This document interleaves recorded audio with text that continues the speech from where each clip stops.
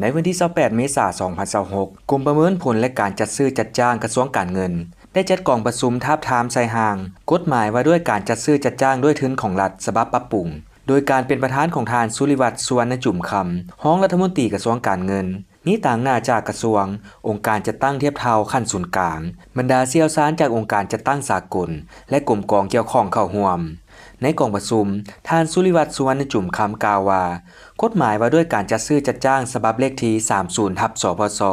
ที่ประกาศใช้ในปี 2017 แม่นเครื่องมือที่สำคัญในการคุ้มครองการนำใช้งบประมาณภาครายจ่ายของรัฐให้มีประสิทธิผลในระยะการจัดตั้งปฏิบัติ9ปีผ่านมาเห็นว่ากฎหมายว่าด้วยการจัดซื้อจัดจ้างด้วยทุนของรัฐเป็นเครื่องมือสำคัญให้เวียกงานจัดซื้อจัดจ้างถูกต้องและเป็นเอกภาพกันในขอบเขตทั่วประเทศแนะใช้รับประกันในการนำใช้ทุนของรัฐให้มีประสิทธิภาพประสิทธิผลสูงประหยัดยุติธรรมโปร่งใส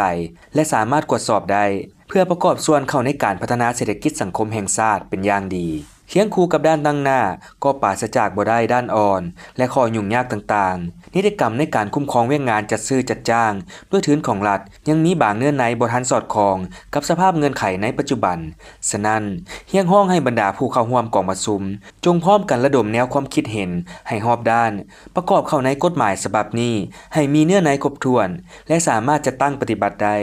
ซึ่งจะเป็นบาดก้าวสำคัญในการปรับปรุงระบบการบริหารรัฐในเบื้องรายงานงบประมาณให้มีความทันสมัยและสร้างความเชื่อมั่นให้แก่สังคมก็คือผู้ประกอบการธุรกิจที่ติดพันกับการจัดซื้อจัดจ้างของรัฐกองประชุมครั้งนี้ยังได้นำเสนอเหตุผลความจำเป็นในการปรับปรุงกฎหมายและกระบวนการจัดตั้งปฏิบัติการค้นคว้าห่างกฎหมายและนำเสนอโครงห่างกฎหมายว่าด้วยการจัดซื้อจัดจ้างด้วยทุนของรัฐฉบับปรับปรุงซึ่งกฎหมายฉบับดังกล่าวประกอบมี14ภาค131มาตรา